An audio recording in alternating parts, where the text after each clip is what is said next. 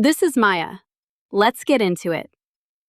Imagine your company connects an AI assistant to your internal document store to help employees find information faster.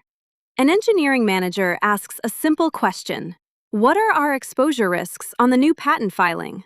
In less than 3 seconds, the bot generates a detailed summary, quoting a confidential memo written by your general counsel, outlining litigation vulnerabilities, settlement estimates, and internal fault assessments. The engineering manager does not have legal clearance, but the AI gave them the exact document anyway. In high-stakes corporate law, this is a catastrophe. If privileged legal analysis is disseminated broadly across internal teams without controls, opposing counsel in litigation can argue that you failed to maintain confidentiality, triggering a waiver of attorney-client privilege over the entire topic. Welcome to Part 2 of High-Stakes AI. Today, we are breaking down Privilege Metadata Contamination. Here is why enterprise search bots create this vulnerability. Traditional document repositories use access control lists. If you do not have permission, you cannot see the file. Vector databases do not understand access control lists. They understand semantic distance. When your data pipeline ingests documents, it chunks text and converts sentences into dense vector embeddings. During that ingestion process, critical metadata such as confidentiality markers, distribution lists, and access control tags is often stripped away or ignored. Now, privileged litigation strategy sits in the exact same vector space as public product roadmaps and marketing wikis. When an employee runs a search, the retriever calculates cosine similarity.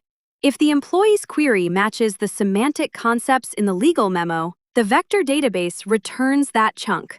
The model receives the text in its context window and writes a helpful summary. The database never checked if the user was authorized to see it. You cannot solve access control with prompt engineering. Writing "do not share legal memos with non-lawyers" in a system prompt is completely ineffective.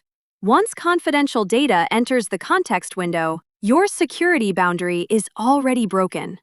To protect privileged data, authorization must be enforced at the infrastructure level before retrieval occurs. First, identity-bound pre-filtering. Every vector query must be cryptographically bound to the user's Active Directory permissions, filtering out unauthorized vector namespaces at the database engine level. Second, gateway redaction proxies. Intercept all retrieved context chunks before they reach the model, validating metadata tags and stripping privileged work product deterministically. This is what we build at Claire by the algorithm.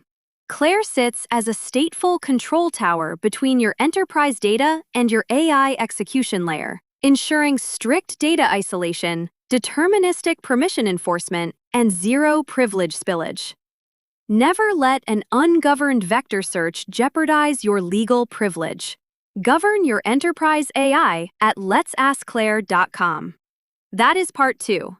Part 3 on court docket drift drops Friday. I am Maya. Thanks for listening.